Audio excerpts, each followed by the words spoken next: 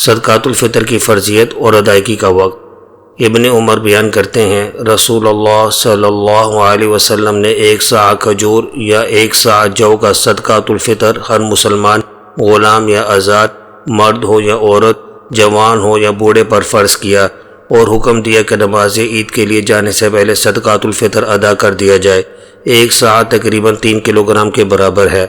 ابن عمر بیان کرتے ہیں رسول اللہ صلی اللہ علیہ وسلم نے ہمیں حکم دیا کہ صدقات الفطر ادا کرنے کا وقت رمضان کا آخری روزہ افطار کرنے کے بعد شروع ہوتا ہے اور اسے لوگوں کے نماز عید کی طرف جانے سے پہلے ادا کر دیا جائے۔